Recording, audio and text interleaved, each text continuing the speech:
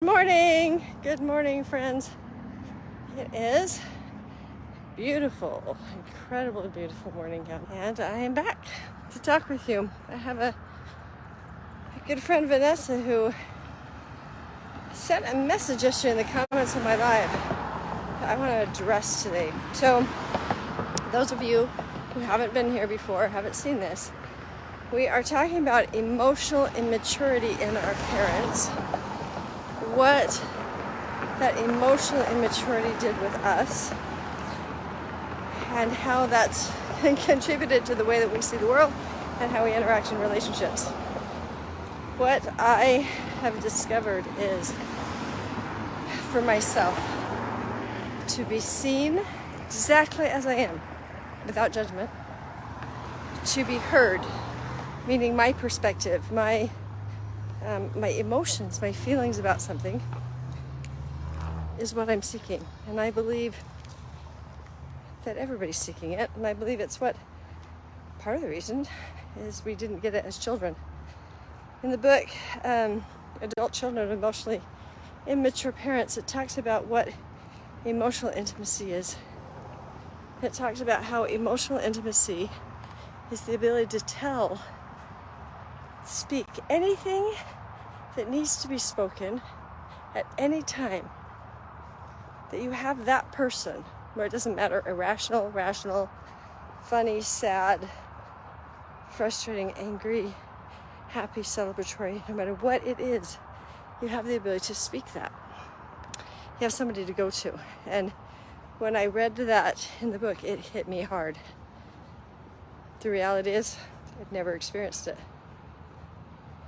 Never had a person, the person, where I can share anything with. So is now my quest.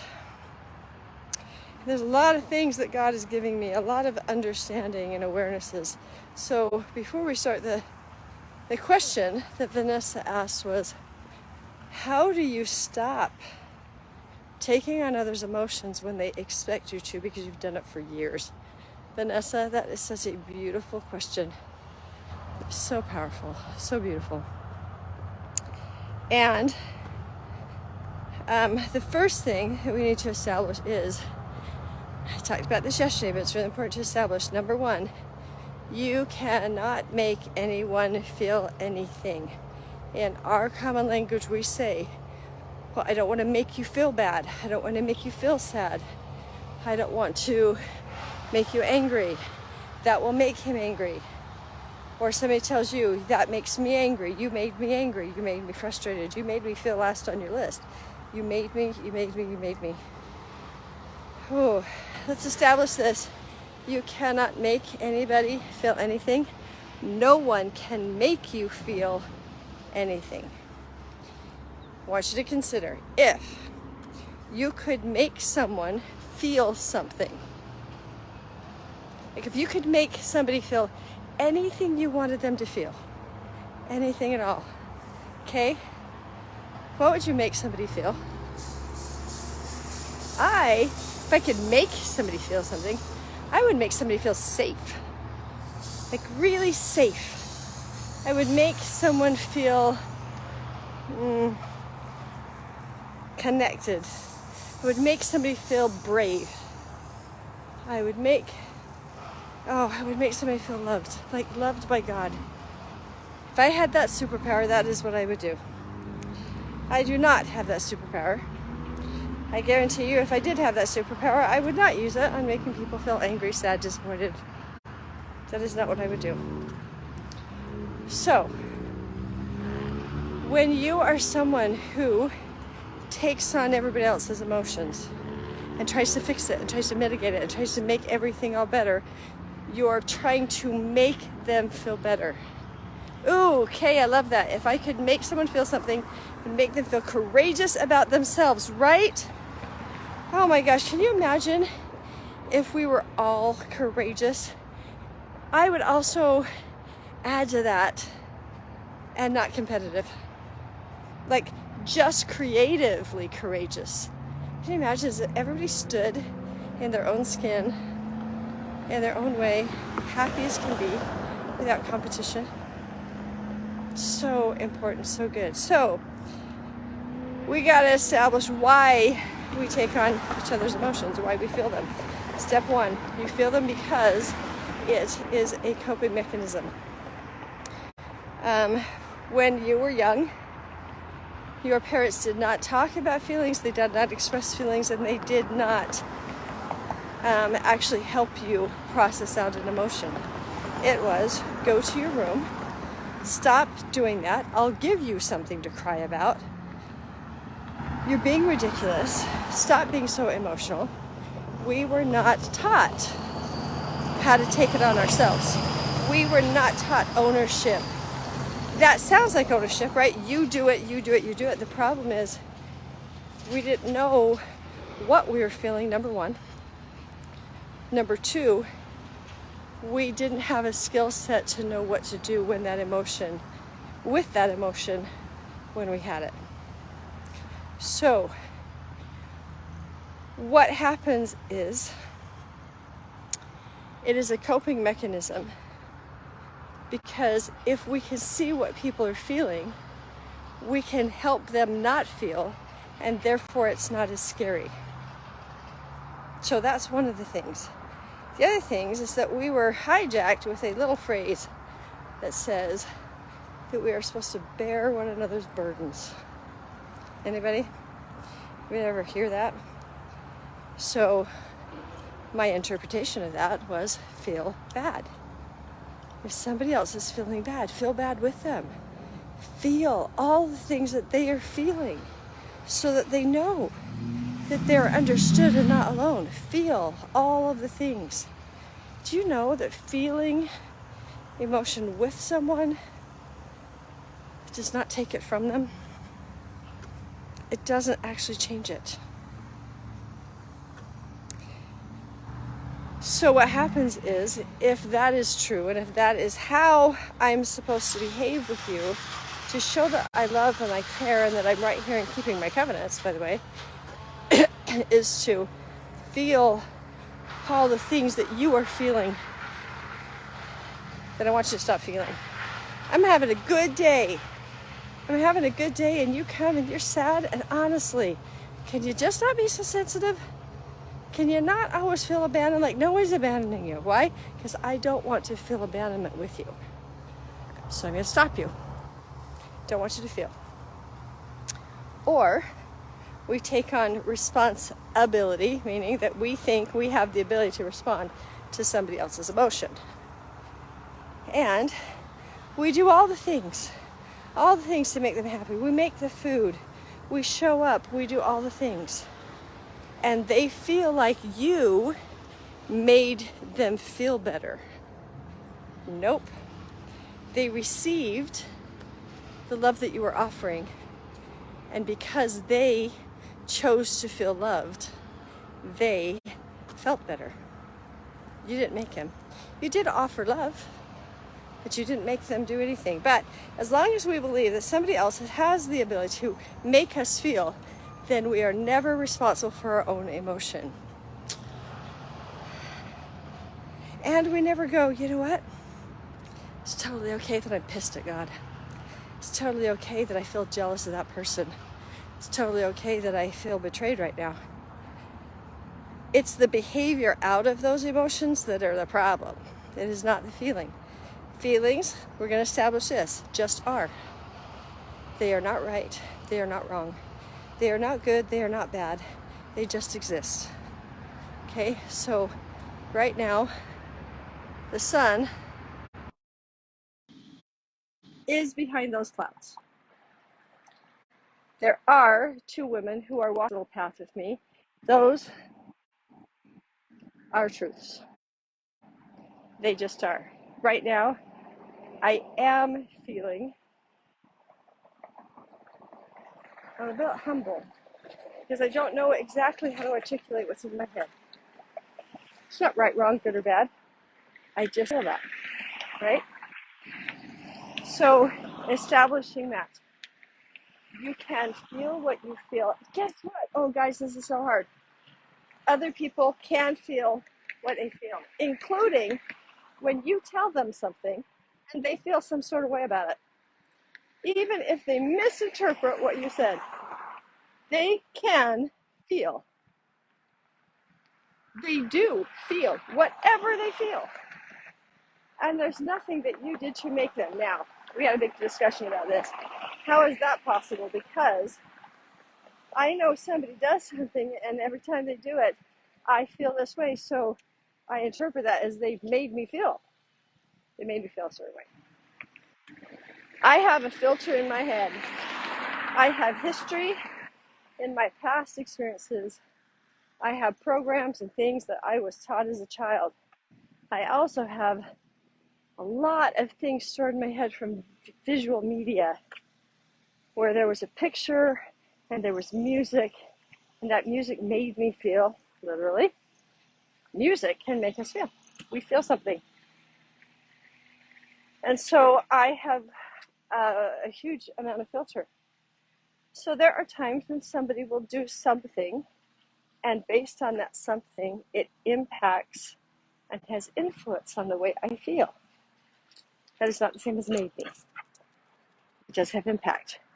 And how we as humans can relate is be aware of what impacts. First of all, I get to say, okay, so when he says this, does it really mean that he's rejecting me? Because I feel so rejected right now. Or is there a different perspective that I do not understand? Is he acting in a way that looks like rejection to me? Yes. Because of that, do I feel rejected? Yes. Did he make me feel rejected? No. The reason is because it's one thought away. I'm going to give you an example of this. I have a good friend who, the situation she experienced was her husband brought home the wrong kind of cheese. She had asked him to bring home cheese. He brought home the wrong kind of cheese. And her thought about that was, he never listens to me. Thoughts generate belief. Belief was, I don't matter to him. Now, let me ask you this. If that is true, he doesn't matter, she doesn't matter to him, what emotions might you feel? Unloved, dismissed, right? And then if you feel unloved and dismissed, what do? Well, she yelled and screamed at him and he brought home the wrong cheese. Okay, the situation was neutral. The situation wasn't good, bad, right, or wrong. The reality is he brought home the wrong kind of cheese. She put a specific assignment, a thought to that was negative. All right, let's go this way. The reality that happened was he brought home the wrong kind of cheese because he wasn't really listening. That is true. Why? Because he was out doing some secret birthday shopping for her. The grocery store was not on his list, and he was trying to make a deadline because he wanted to show her how much he cared about her. He was out shopping. So if the thought was, he brought home the wrong kind of cheese, I wonder what got him distracted tonight. And the belief was, he's always trying his best for me. Are the emotions different? Supportive, curious, maybe even loved. She kind of felt stupid when she found out that he was doing it for her birthday, when she had judged him so wrong. So her feelings were coming through a filter of I don't matter, instead of coming through a filter of I am loved. He didn't do anything different, it's just the way that we're processing it. Okay? So, with that being said, let's get to the question. How do I start changing this and not taking on others' emotions as my own responsibility when they expect me to? We're going to go step one. Step one is you have to buy in. Step one, you have to buy in to the idea that you cannot make anybody do anything. You cannot make anybody feel anything, even when they say you made me feel. You've got to really get this down to your soul and buy in. The only way you can buy in is if you are willing to honor what you feel and say, it is true that I feel sad right now. No one ever, ever, ever has to acknowledge that for it to still be true. It is true that I feel proud of myself and guilty because I'm not supposed to be proud. It is true that I feel pride and guilt at the same time. No one ever has to acknowledge that that is true for it to be true. It is true that I feel regretful, even if I've said sorry and they haven't accepted my regret. It does not change the fact that it is true that I feel regret regardless of what they do. So step one is that you have to stop believing that other people can make you feel anything. Because if you do, you become free. Because otherwise what we are doing is participating in the victimhood rescue instead of healing empowerment. See, if I'm not in charge of my feelings, if I feel this way and I'm requiring you to fix it, I am the victim. And I cannot be whole or healed until you do something to pull me out, because I am not capable of managing, experiencing, and going through my own stuff. That is a great big lie. You have managed, gone through, and experienced everything that you have ever managed, gone through, and experienced. Do you know that you never don't feel? Do you know that there's always an emotion going on in you at all times? And you're managing those emotions. Now, lower vibration, man, they suck. Sadness, betrayal, despair, hopelessness, helplessness. We don't like them. We want somebody to rescue us out of them. It's really within your own mind that you can shift that. You got to be trained. It's not just a, hey, I'm going to tell you about this and have it work. There's training involved so that you can start honoring your emotions. Step 2, you have to claim the right to feel to others. So when they say something to you and you get angry about what the situation is, and they tell you not to feel, you can either in your mind or out loud say, you did not make me feel this, but I have the right to feel anything I'm going to feel. So either that or you just say, hey, I am angry and I have a right to be angry because that's just what I feel. I feel angry right now. I am not blaming you for my anger. I am aware that this happened. You dismissed me and I feel angry. It's totally okay. I am aware that you betrayed me and I feel angry. It's totally okay that I feel angry. You've got to own it for yourself that it wasn't anybody else's fault. Now, once you're able to do that and say, I have the right to feel, now, Vanessa, my friend, when somebody has a reaction, you say something and they feel super bad and they want you to take care of their sadness, you can internally say, that's interesting. I'm going to be curious about this and witness they're feeling really sad right now. You didn't make them feel sad. You said something, and sadness is what they're experiencing. That's interesting. Now, when they require you to take care of their sad, you can say to them, I see that you are very sad right now. That's what you're experiencing. I see your sadness. That's another way to say it. I see your sadness. Right? Yes. It is the same as projecting on some other person. Absolutely. It is projecting. It's projecting that they have some responsibility over your emotion. So when you say something or they experience something and they're feeling so sad, guess what? When you try to take care of their sadness for them, you are disempowering them and making them weak. They have a right to their feelings. They have a right to experience their feelings. They have a right to do things about those feelings. You do not have to, by the way, be in the middle of what I call a human attack. Somebody is feeling a big thing and it becomes dangerous. You do not have to participate in stupid human attacks. See, this is what I believe. I believe that we are divine, beautiful beings created by a loving set of parents.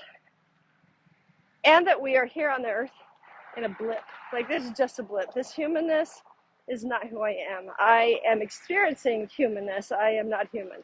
I am going to die, and I'm a divine, beautiful creature for eternity. It's just a blip. That's all it is. And so what happens is, when we are not aware of our divine, we are acting in our human, and humans suck. Oh my gosh, we suck. We are so mean to each other. We're not kind. We try to be kind, and then we try to be God, because I don't know, guys, if you're the one who's taking on somebody else's emotions and trying to mitigate and manage so that they don't have to feel, it's not your duty, it's not your right, it's not your power. You're actually trying to be their God. So that's one of the things, is to kind of claim it. Now, here's the big thing. You have to do this in empathy and witnessing. So have you ever had somebody go, that's your thing, that's got nothing to do with me, and they walk away and they leave you in the emotion? That feels like abandonment. And most of the people that I know that take on other people's emotions, that's the biggest thing. They do not want to abandon people. They want people to feel that they have somebody right there, that they're not alone. Well, this is built out of the fact that you were left alone as a child to process your emotion. It is a very good and noble thing. So the question becomes, how do you not take on their emotion, and how do you not abandon them? Well, it's called witnessing. You get to witness and say it. They're angry. I can see that you are very angry right now. Now, a lot of people don't know that they have permission to feel what they feel. Remember, we talked about that a second ago? What does witnessing look like? Witnessing looks like, I see you in your emotional response. No judgment, no right, no wrong. I see that you are super excited about this thing. Even if I don't agree with what you're doing, you're excited about it. I can see your excitement. Okay, here's one of the lies. That if you see somebody's emotion, you are condoning their perspective, you're condoning their action, you're condoning anything. You're not. You're only witnessing. Right now, I am witnessing that there is a car that is driving that direction. I see it. Here's another white car. I am witnessing that there are 4 white cars at the stop sign. No judgment about whether or not a white car or a black car or a red car. There's no judgment in what we're feeling. And I will tell you, it opens people up when they know that they are heard, when they are seen without judgment. So again, we're going to go back to the question. The question is, how do I not take on other people's emotion when they expect me to? Step 1, learn how to honor your own emotion and know that's yours. Number 2, buy in. Buy in that you cannot make anybody feel, and they can't make you feel. Number 3, claim to them, I have the right to feel. You have the right to feel. All we're doing right now is being aware of each other. I am not taking on your stuff. You are not taking on my stuff. And number 4, witness them. I am not taking this from you, but I do see it. So let's pretend like it's trash, right? I can see somebody across the street with a bag of trash. And I can say they are fully capable of managing their trash and putting it in the trash can for themselves by their curb. Hey, neighbor. Yeah, I know. I don't like doing trash either. Yeah, stinks, right? Hey, have a great day. I see you. Okay, that's it. It's not, hey neighbor, hey neighbor. Oh, stop, stop, stop. I would love to take your trash for you. You just stay right there. Run across the street, grab the trash, stick it in your own driveway. Oh, hey neighbor. Oh shoot, you've got trash too. Come here. You can bury yourself in other people's trash. It's not yours to take. It's theirs. When you take on somebody else's emotions and try to fix it, you are saying you are not capable of feeling or rocking being human, because the reality is we came here to feel everything. So did Christ. I want you to think about this for a minute. Sometimes when I was younger, I thought that Christ's perfection was that he did not feel anything that was negative. That is not true.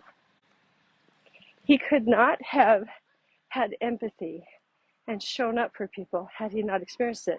I used to also think that the time that he felt all of the negative emotions was only when he was in the garden. Other than that, he was perfect. He was never impatient. He didn't get upset. He didn't feel disappointed. He didn't feel betrayed. That is not true. He felt every human emotion. What he did not do was keep all of those things inside him. He used love, forgiveness, and gratitude to expel and shift every emotion out of his physical frame. There's no way that people would have felt loved and nurtured and supported in their pain if he hadn't felt with them in the moment. If he hadn't felt it himself, he couldn't feel what they were feeling. Now, I'm not saying he took on their feelings, but he witnessed them. I see you. I see you. You're struggling. I see you. You're pious right now. I see you. You believe that the rules are the rules. You don't understand. I see you. That's all it is. So, Vanessa, there are steps. Nothing can be changed about you taking on other people's emotions until you are willing to see and take upon yourself your own emotion. And because of the Joyful Heart Mastery program that you're in right now, I am witnessing you making significant changes. And the burden of everybody's stuff is going to lift. Like I'm watching it lift from you now because you're going, wait a minute, that might not be mine. It does not mean that you are going to become cold-hearted. It just means that you are exactly who you are supposed to be. You are kind. And you can witness people. And it's going to be so powerful when you learn how to do that. So that is it for today's live. I have got 3 miles in today, guys. Yesterday I did 6. We're going to see if I can get 6 in again today. If you have any more questions or follow-ups, I would love to hear about them. This is how you learn to honor your emotion. Play with me. Play with me. Jump in. When is the last time you felt? All right, I'll see you soon.